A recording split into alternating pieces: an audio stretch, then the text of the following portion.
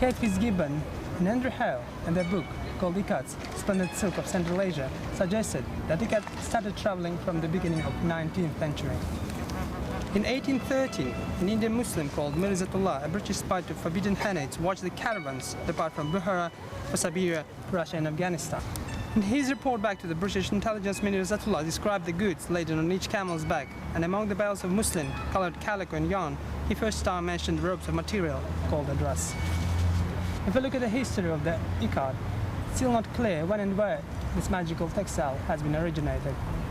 This issue still remains questionable among scholars. I think that we are uncertain where Ikat originated. It may well have originated in 3 different regions of the world simultaneously or independently, and then spread along the Silk routes, also spread along through trade, but also through man's acceptance and understanding of beauty. So I think it's hard for us to know whether they were traded and exchanged as goods, as textiles, as pieces of artwork. Technique has been found in ancient textiles in many parts of the world, including Japan, China, but also in places like Yemen in the Gulf, and also in South America. So I think actually the technique was one of the earliest means of dyeing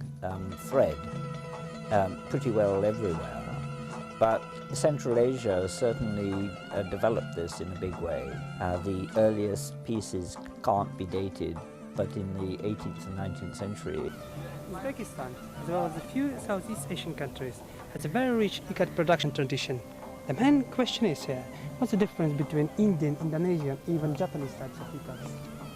Huge differentiations, not so much in the technique, although there is some, but also particularly in the colours and the symbols within the textiles. Southeast Asia, for example, the symbols are smaller, they're very much related to their environment. Central Asia, the fields of colour are much brighter.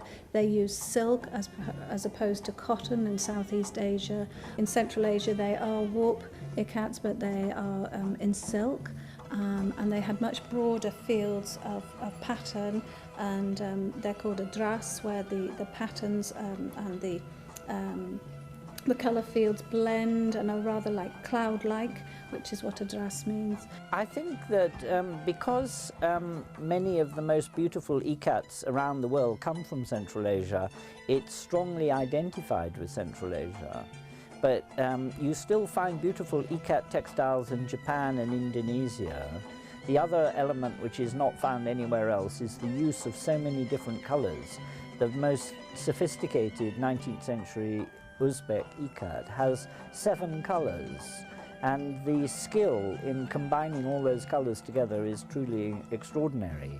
I mean, that's not to say that ordinary one-colour Ikat is not beautiful, it is.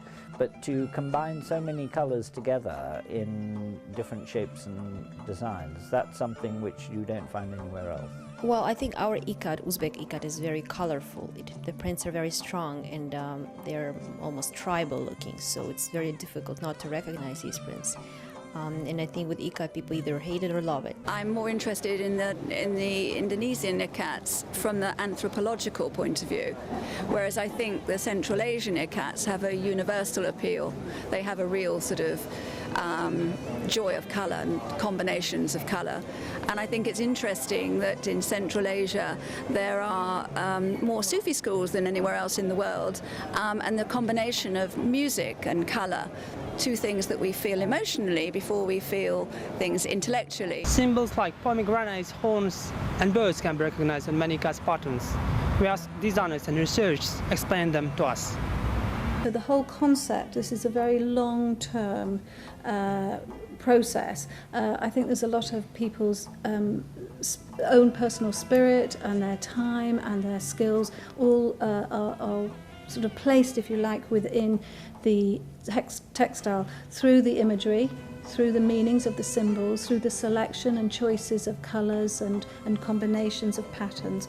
And unlike other tribal weaving, Ikat weavers are very interested in not only the individual motifs and symbols, but the overall name of the pattern. They give a textile and has an overarching name as well as individual names for individual motifs and symbols.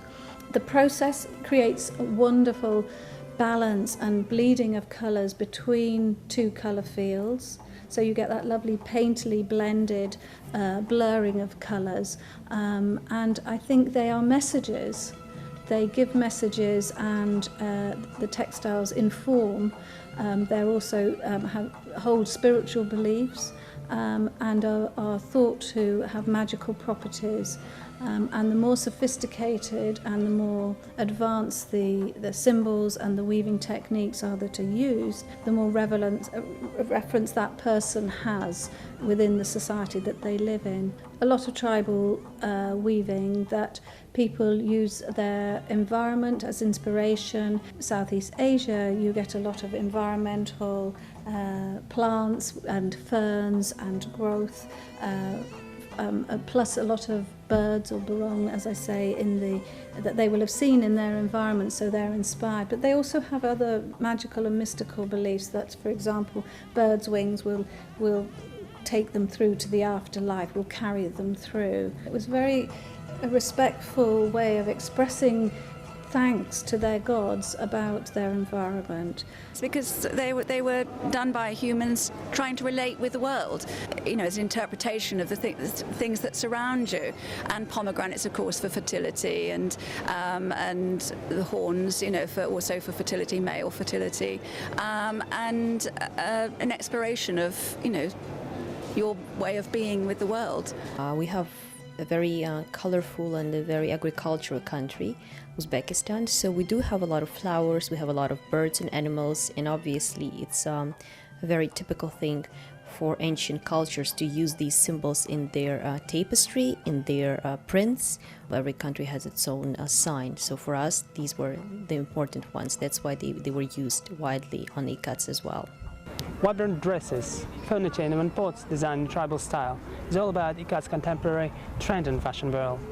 Our next task is to find out what's exciting about the Ikats for Europeans. I think nobody owns patterns or shapes or symbols at all, and they only have meaning to the person who has an understanding, and actually they only really give the most important messages to the weaver herself, the one who created them at the time of creation.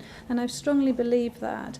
I think that unless you're speaking to the weaver herself of the motif, you don't get a full understanding of what the message is actually given. So these modern interpretations that are used in the high street for fashion, clothing and interiors, I think just accepted as beautiful aesthetics as opposed to having the cultural meaning and association that these original textiles have.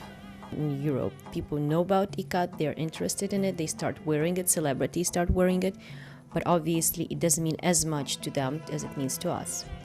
I myself have produced a collection out of it. However, it was very unfortunate to find cheap copies of our print in high street stores. The interest about ikat and the colourful nature of ikat fabrics from Uzbekistan was not there, because when European travellers went to Central Asia in the 19th century, they complained in their books and letters home that they found the costumes of the Central Asian people unbearably gaudy, which means, very, very colourful.